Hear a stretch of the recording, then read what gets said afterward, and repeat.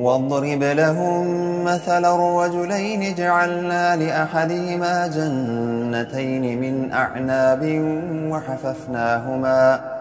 وحففناهما بنخل وجعلنا بينهما زرعا كلتا الجنتين آتت أكلها ولم تظلم منه شيئا وفجرنا خلالهما نهرا وكان له ثمر فقال لصاحبه وهو يحاوره أنا أكثر منك مالا وأعز نفرا ودخل جنته وهو ظالم لنفسه قال ما أظن أن تبيد هذه أبدا وما أظن الساعة قائمة ولئن رددت إلى ربي لأجدن خيرا منها منقلبا قال له صاحبه وهو يحاوره أكفرت بالذي خلقك من تراب ثم من نطفة ثم سواك رجلا لكن هو الله ربي ولا أشرك بربي أحدا ولولا إذ دخلت جنتك قلت ما شاء الله لا قوة إلا بالله إن ترني أنا أقل منك مالا وولدا فعسى ربي أن يؤتيني خيرا من جنتك ويرسل عليها حسبانا من السماء فتصبح صعيدا زلقا أو يصبح ماؤها غورا فلن تستطيع له طلبا وأحيط بثمره فأصبح يقلب كفيه على ما أنفق فيها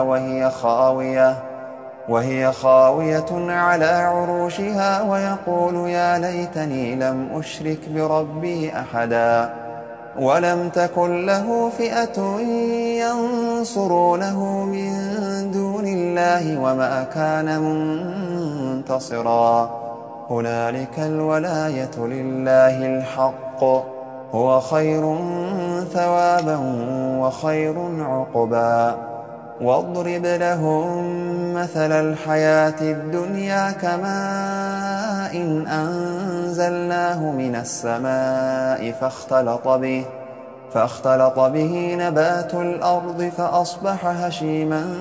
تذروه الرياح وكان الله على كل شيء مقتدرا المال والبنون زينة الحياة الدنيا والباقيات الصالحات خير عند ربك ثوابا وخير أملا ويوم نسير الجبال وترى الأرض بارزة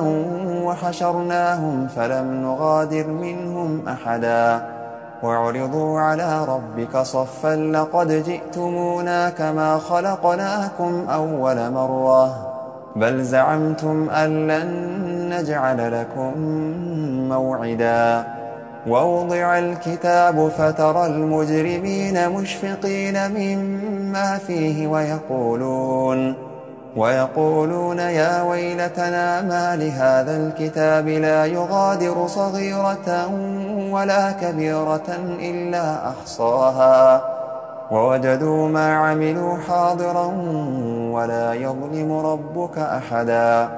وإذ قلنا للملائكة اسجدوا لآدم فسجدوا إلا إبليس كان من الجن ففسق عن أمر ربه أفتتخذونه وذريته أولياء من دوني وهم لكم عدو بئس للظالمين بدلا waxaad samaysaa inaad ku qorto www.family.com kadib waxa ku soo baxa YouTube-ka waxaan ka codsanayaa subscribe like